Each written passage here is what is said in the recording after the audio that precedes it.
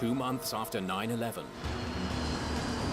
Get out of it! Get out of it! A passenger jet The house started vibrating. slams into Queens, New York. The whole street was covered in flames.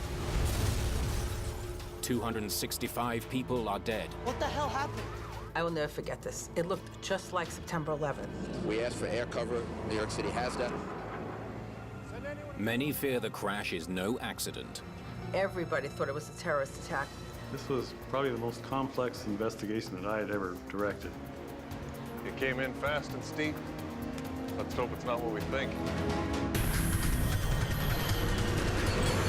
Mayday, mayday.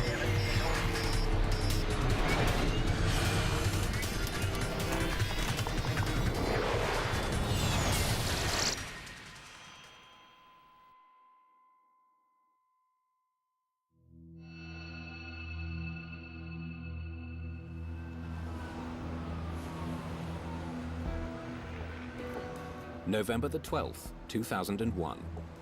It's the Veterans Day holiday in the United States, a day off for many. But at New York's John F. Kennedy Airport, it's another busy day.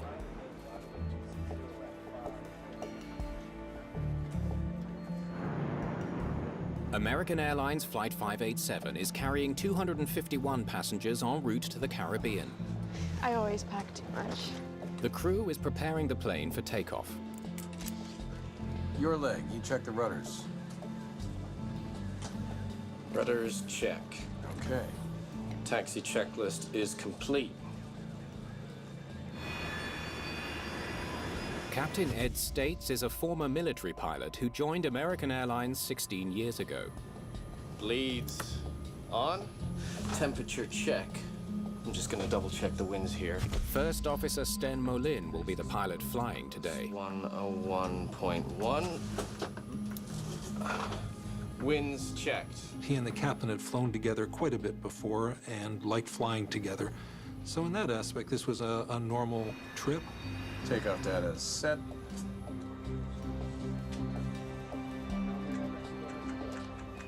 American 587, follow Japan Air, Boeing 747 ahead. Follow Japan Air, American 587.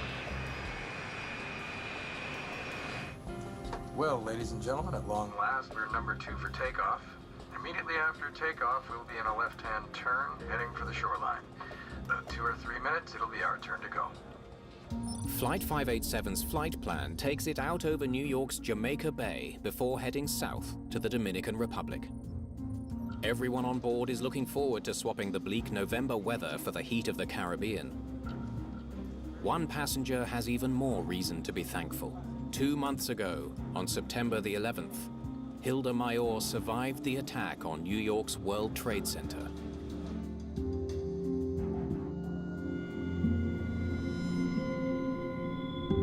She was working on the ground floor when terrorists flew 2 airliners into the Twin Towers, killing more than 2,500 people.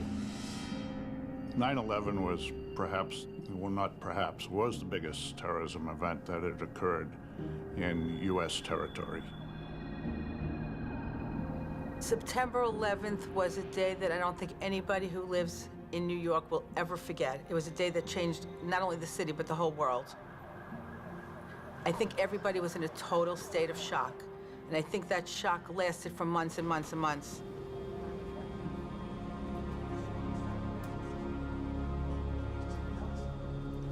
American 587, Kennedy Tower.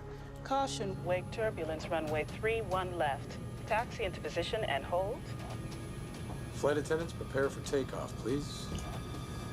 You have the airplane. The captain indicated the first officer would be the flying pilot on this leg.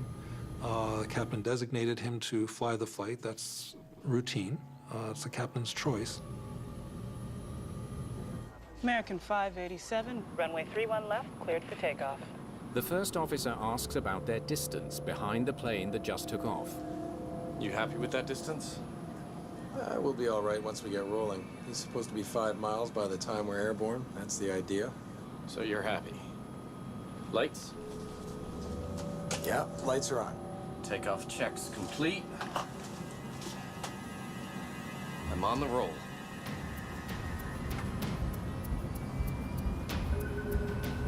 Thank you, sir.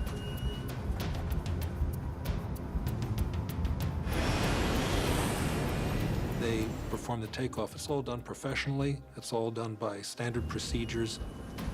V1. Rotate. Flight 587 lifts off at 9:14 a.m.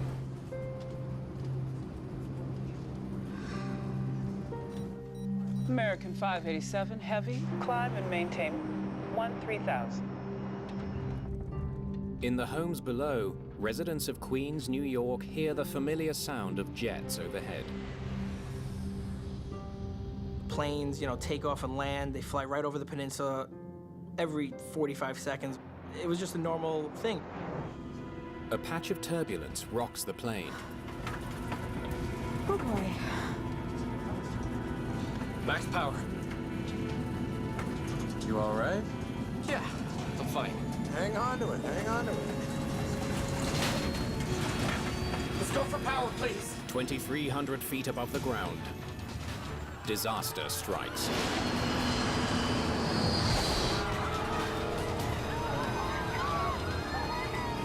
The plane is losing altitude and falling out of the sky. Holy crap.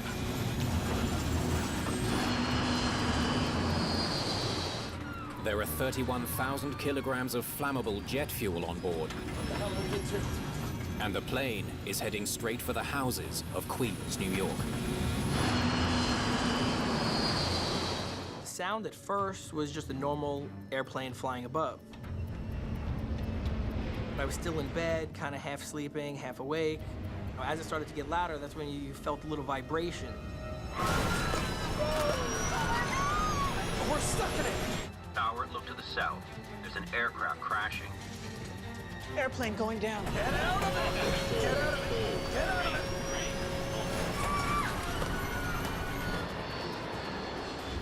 The house started vibrating very heavily. This all happened really quick.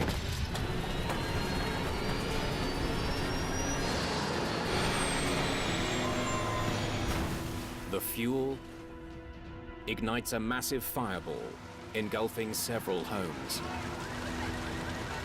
Plane crashed pretty much like in the backyard in the street, exploded. My whole window was bright orange, really loud, really bright. I just jumped up looking for my glasses and pretty much with my dad ran out to the front of the house.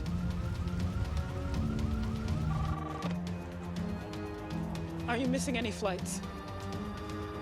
American Airlines Flight 587. We ran out the front door. All I could see, because I didn't have my glasses, I couldn't find my glasses. The whole street was covered in flames. My whole side of my house was covered in flames, and there was just black smoke billowing up, like really high. What the hell happened? I remember looking back into my house, and the whole kitchen area was just black. It was all thick black smoke already. Fire rips through the quiet neighborhood, and a city still in shock from the events of 9/11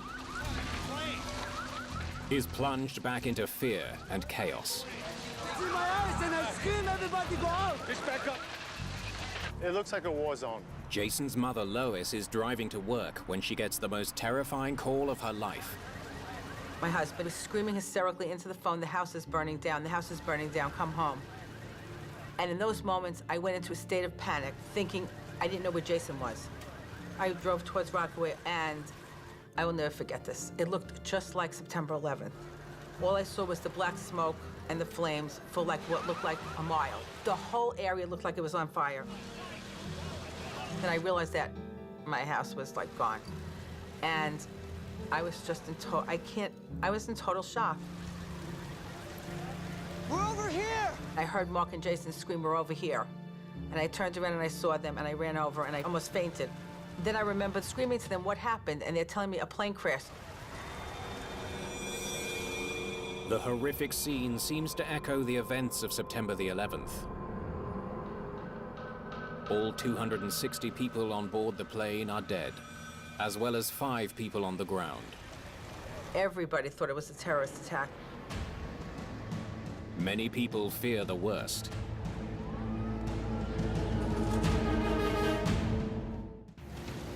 After learning a plane has crashed into Queens, New York, Mayor Rudy Giuliani tries to reassure the public. Just talked to President Bush and we talked to his chief of staff.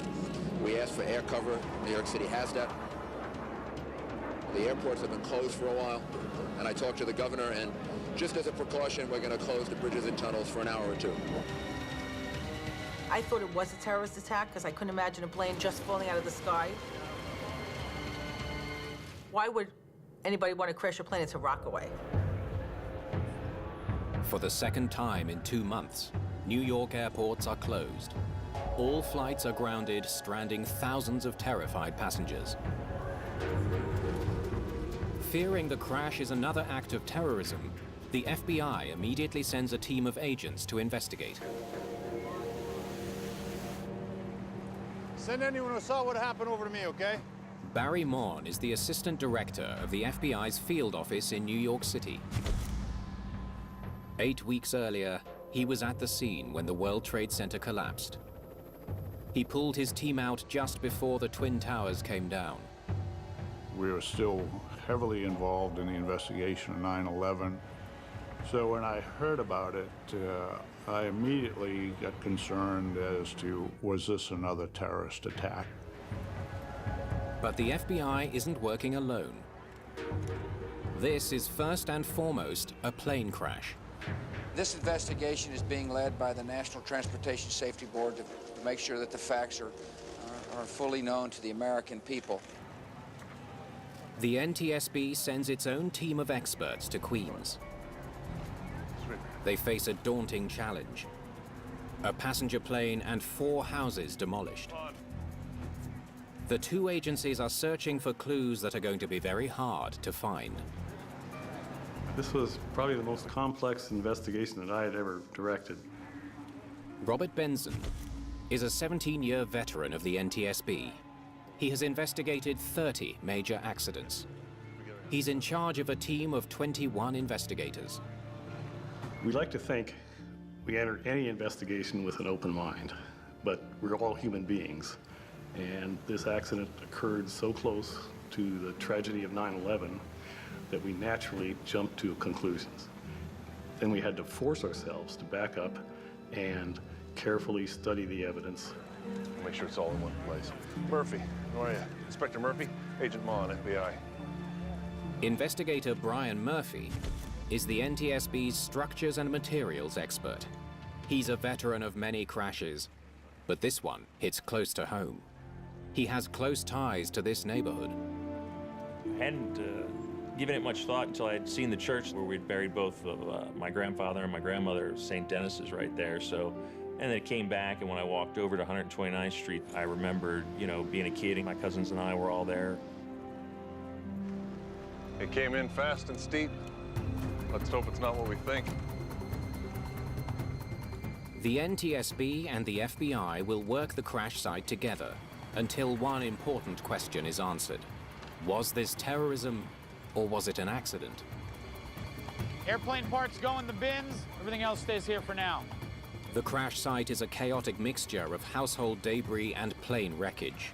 Sorting one from the other is a difficult task. Sorting between home and airplane has to be done. I don't want to take all of the 5 homes home with me to sort through. I mean, you want to try and do as best a job you can while you're on site to make sure you isolate airplane, and you also don't want to leave any airplane behind. Definitely not from our plane. Thanks. We've been doing this a long time, of course, and we can recognize an airplane by only looking at about 10% of it. But to a layperson, the destruction of the fuselage and the wings was so great that I would venture to say a layperson would have trouble recognizing it as an airplane crash. Flight 587 crashed into a densely populated neighborhood. Hundreds of people saw the plane come down and are eager to tell their story. I heard a noise. I looked up in the sky. I saw a plane. I saw fire coming out of it. The plane blew up in half. It blew in the air.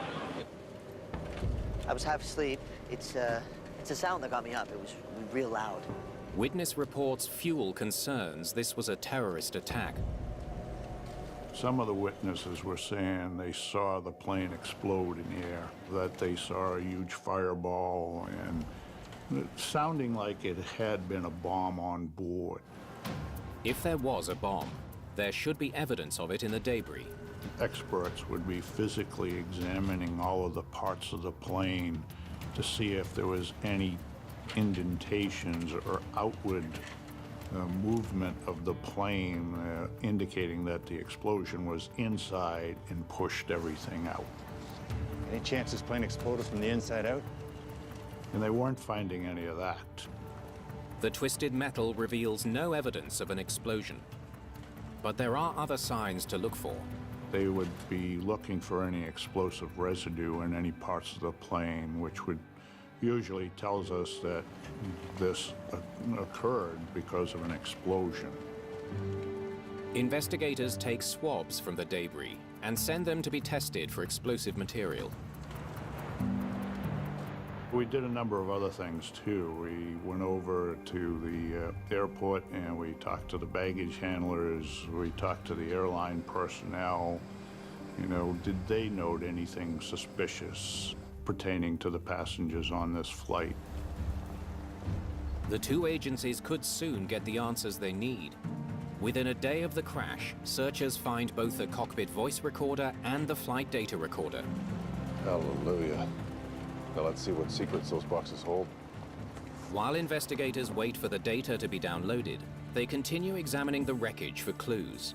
But not all of it is at the crash site in Queens. We found the vertical stabilizer miles and miles away. The vertical stabilizer has been found in Jamaica Bay, between the airport and the crash site. The location tells investigators it broke off while the plane was still in the air. So that was a good first step for us. The vertical stabilizer is part of the tail. Along with the horizontal stabilizer, it's critical for stable flight. The horizontal stabilizer and the vertical stabilizer are almost like feathers on a dart. They keep the aircraft going in a straight direction.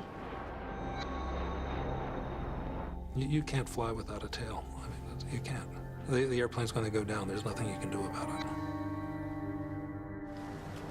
Get that tail to the hangar so we can get a good close look. To seasoned air crash investigators, the discovery hints that terrorism did not cause the crash. The fact that we saw early on the vertical stabilizer separated from the wreckage by many miles led us to an initial hope that it wasn't a terrorist act, because it would be very difficult for a terrorist to manage to blow the vertical stabilizer off of an aircraft. NTSB investigators are under pressure to find answers. If this wasn't an act of terrorism, there could be a flaw with the A300, one of the world's most popular planes. It's a frightening prospect. That caused us, in our minds, to accelerate the pace of the investigation a bit because the aircraft was not grounded. We had reason to do the investigation thoroughly but quickly. Let me see rudder, airspeed, and yaw in real time. Investigators pin their hopes on the flight data recorder.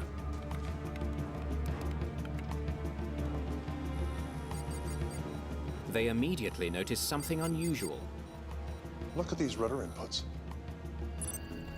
The rudder helps pilots turn the plane by deflecting the oncoming air. The more it pivots, the more the air is deflected and the sharper the turn. What is going on? From the flight data recorder, we discovered that the rudder had been moved back and forth rapidly several times. We didn't know why. Could have been caused by the pilots, one or both perhaps, reacting to something. Investigators are intrigued. It looks like the pilots were having trouble controlling the plane during the last 30 seconds of the flight. A few seconds later, the plane pitches down suddenly and accelerates. The dramatic motion can only mean one thing. This is the moment the tail came off the plane. Here they go with the rudder, and then 7 seconds later, the stabilizer snaps off. I don't get it. Investigators hope the plane's cockpit voice recorder will tell them why the pilots were having so much trouble controlling their plane. You ready to go? And why the plane's tail came off in midair. The CVR is an amazing device. It's a digital tape recorder that records all noises in the cockpit and noises even some outside the cockpit. They listen to the last few moments of the flight. If a bomb brought down the plane, they should hear the sound of the explosion. Little wake turbulence, huh? Yeah. Investigators listen as the pilots discuss hitting the wake from another plane. It seems Molin wants more speed to help them fly through it. 250 knots, thank you. Max power. You all right? Yeah, I'm fine. Hang on to it. The investigators listen for the sound of an explosion.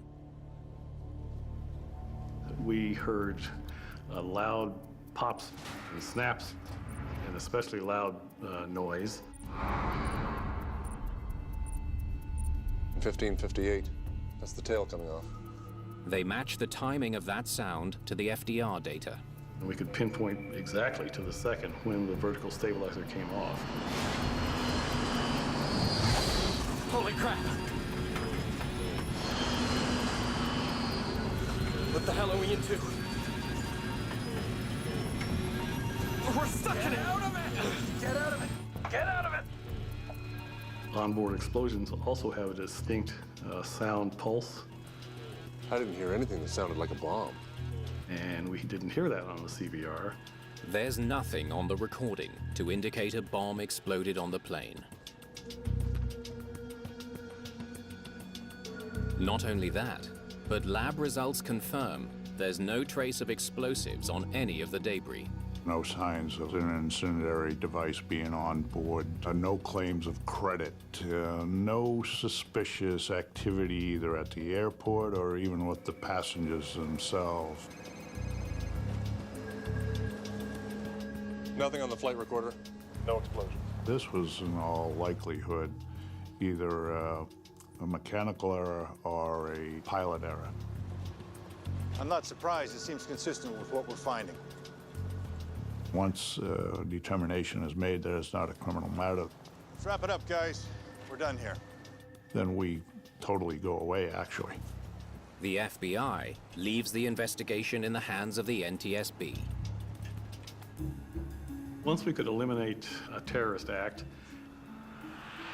then the investigation took on a different focus. We were sure now it was an aircraft accident. All right. Back to the wreckage.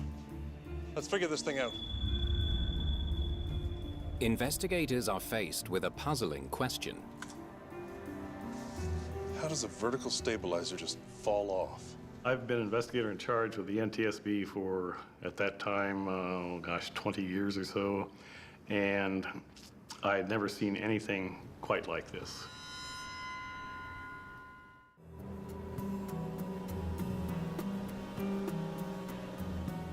Investigators study the vertical stabilizer recovered from Jamaica Bay.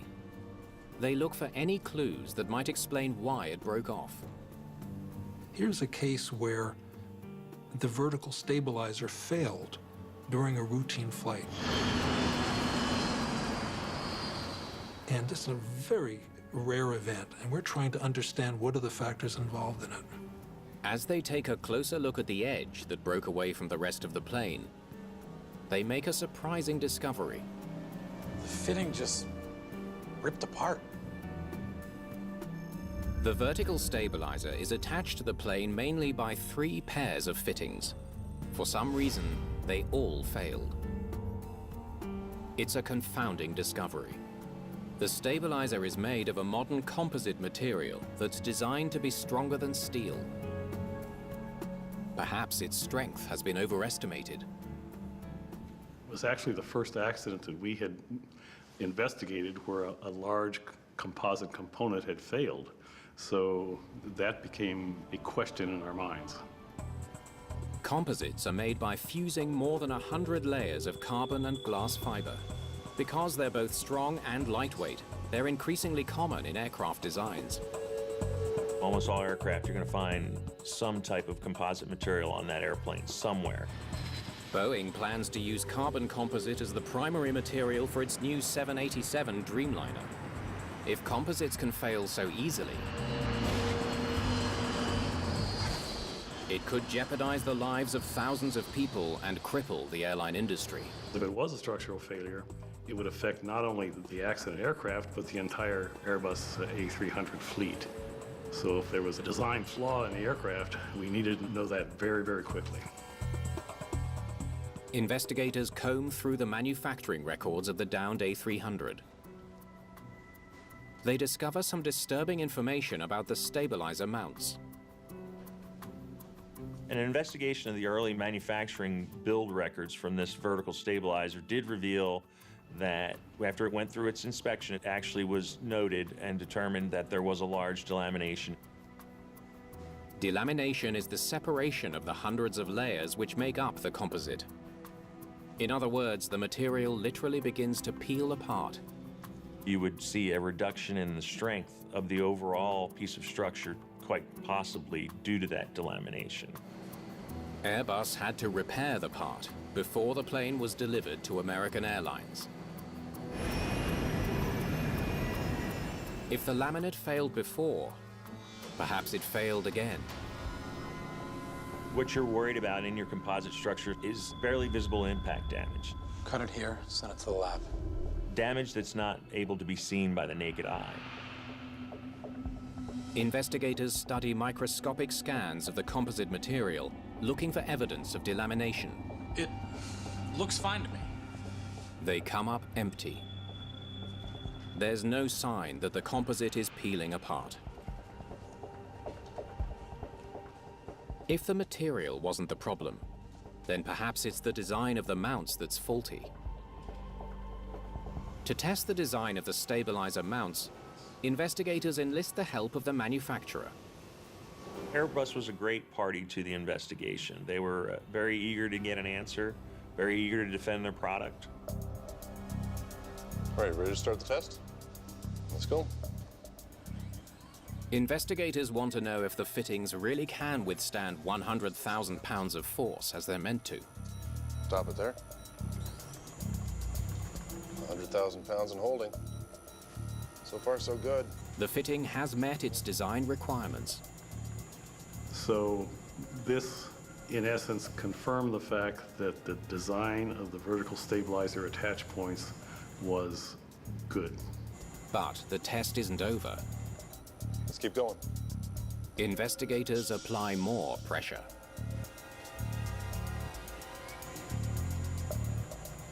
That's 150,000. They want to know exactly how much force it must have taken to snap the tail on Flight 587. Let's keep going. In dramatic fashion, they have their answer. At the time the vertical stabilizer failed, the right rear lug was experiencing a load of about 200,000 pounds of force. That's twice the force that the mounts were designed to handle. So what would cause that kind of pressure? Somehow, more than 200,000 pounds of pressure ripped the tail fin from the plane, a force far stronger than anything an A300 should normally encounter.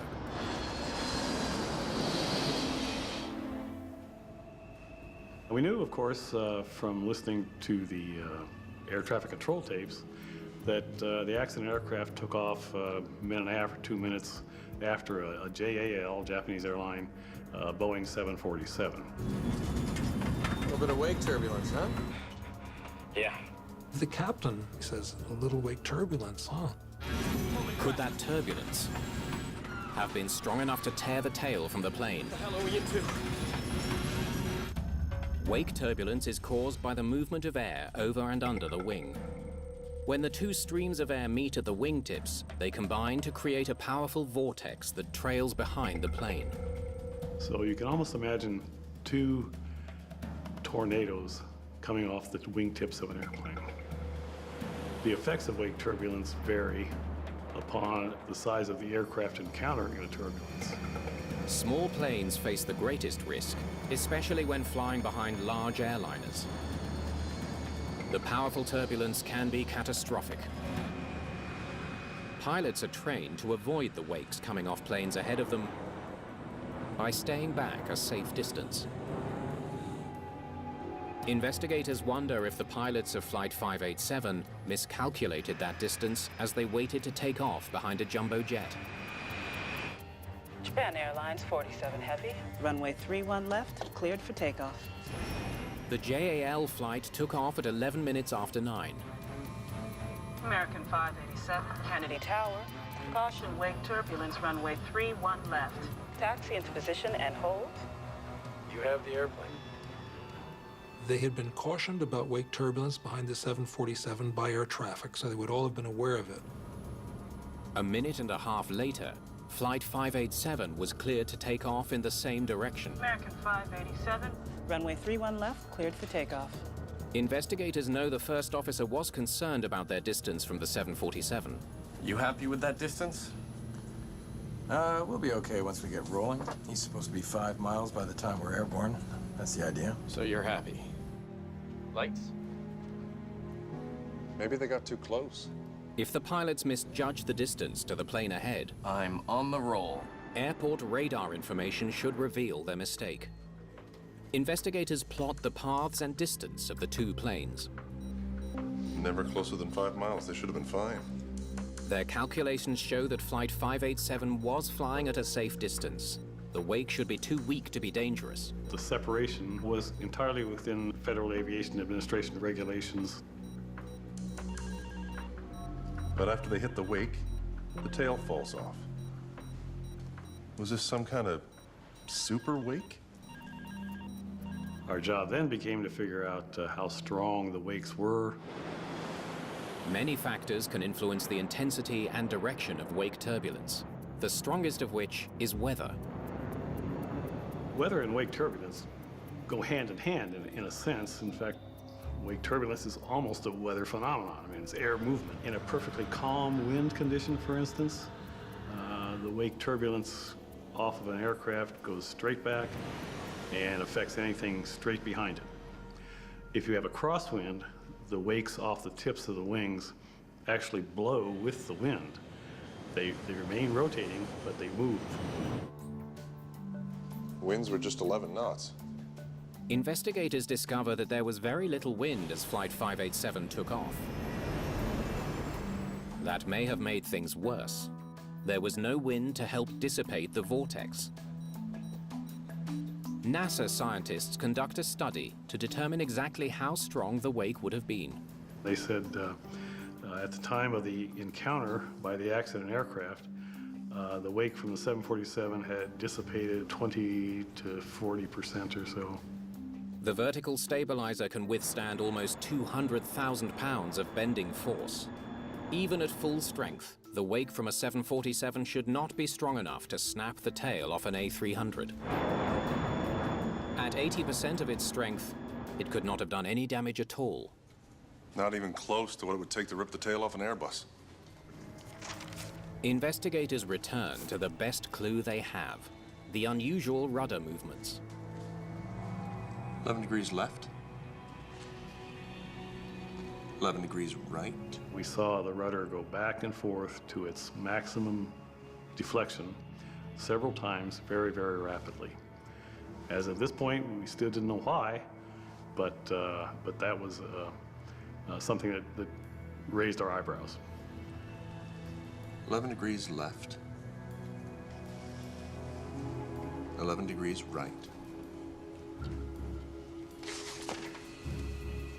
Could he have ripped the tail off his own plane? We need to determine whether that particular motion would be violent enough to snap the vertical stabilizer off. Normally, pilots only move the rudder a couple of degrees in either direction to steer the plane. Investigators wonder if the extreme rudder movements on Flight 587 created the aerodynamic force needed to tear the stabilizer off. You ready? To find out, they create a computer simulation of an A300 and fly it the same way as First Officer Mullin. moving the rudder 11 degrees back and forth 3 times. With each rudder deflection, the aerodynamic loads on the tail increase.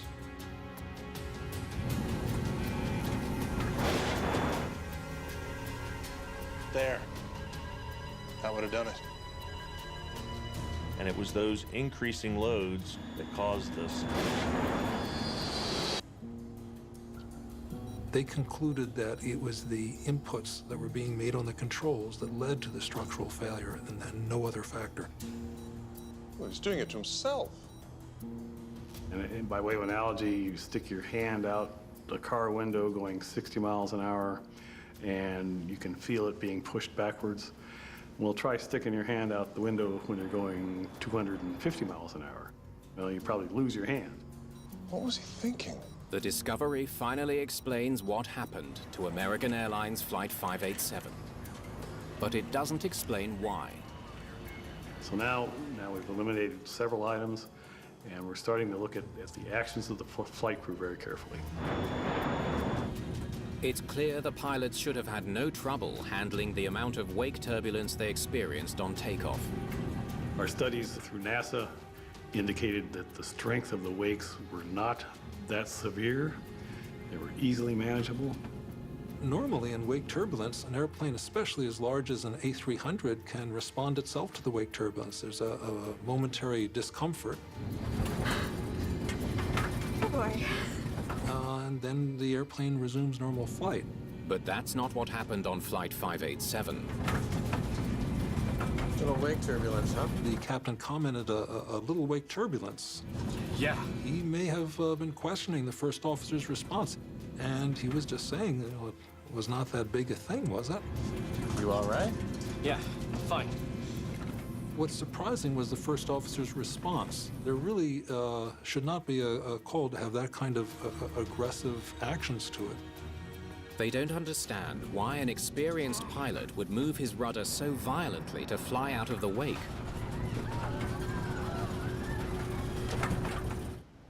Investigators talk to pilots who flew with Molin. You take a seat. They make a surprising discovery. We began to suspect that the first officer overreacted. Tell me what happened.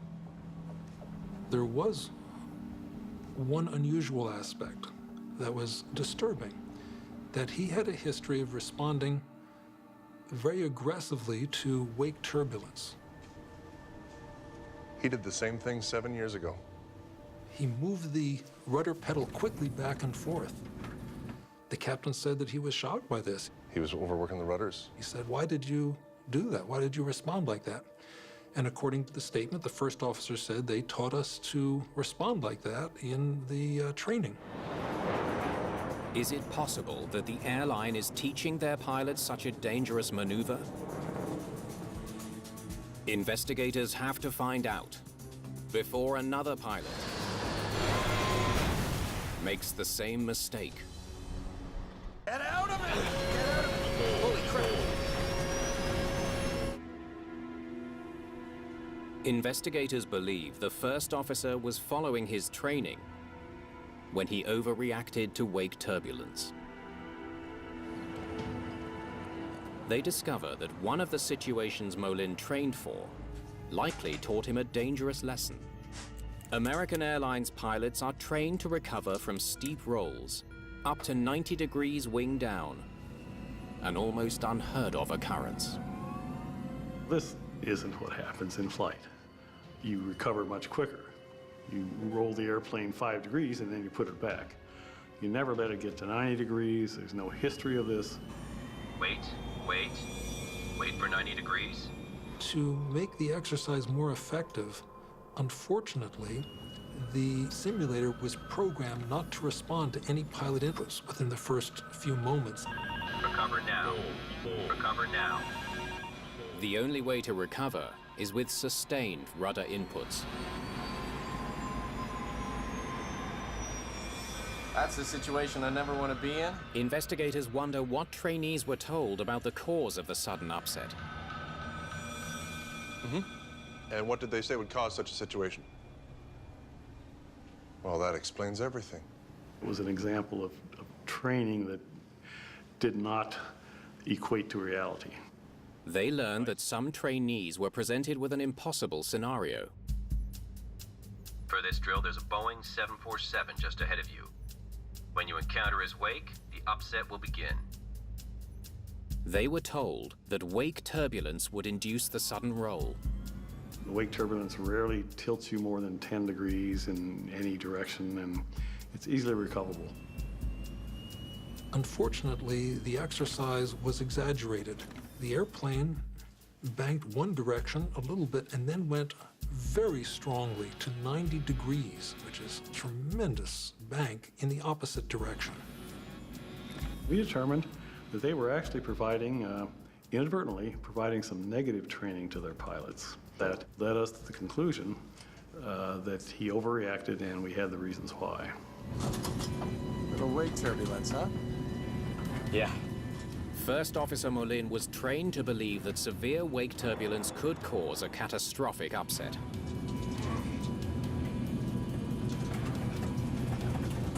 Max power.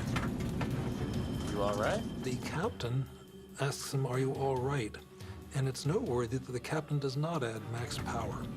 In the captain's opinion, max power is not appropriate in this situation.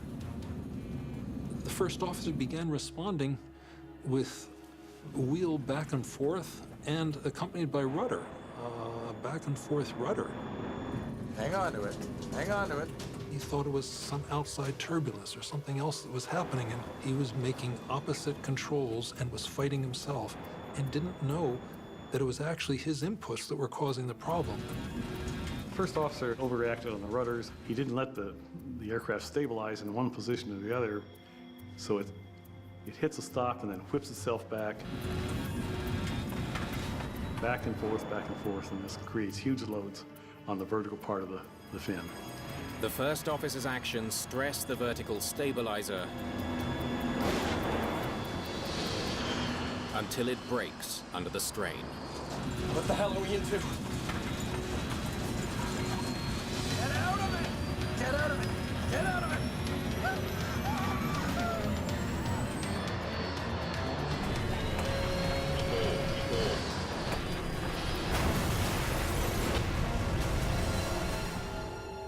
After the accident, American Airlines changes its training procedures dealing with wake turbulence.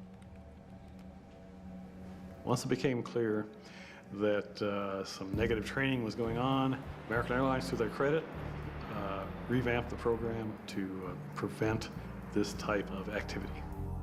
The training simulator has been modified to be more realistic. Inputs have an immediate effect.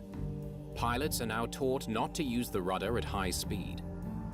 A new warning light is also installed in the cockpit to help prevent pilots from deflecting the rudder too far during flight. Well, when people ask me about the effects of 587, I hark back on the incredible loss of life. It's the second worst accident in U.S. history. I lost everything, but other people, look at all these people who are dead. So it puts it in perspective for you. Since this accident, the industry made major changes in terms of pilot training and made a big effort to help pilots understand this situation so that they will not be caught by surprise, so this will never happen again.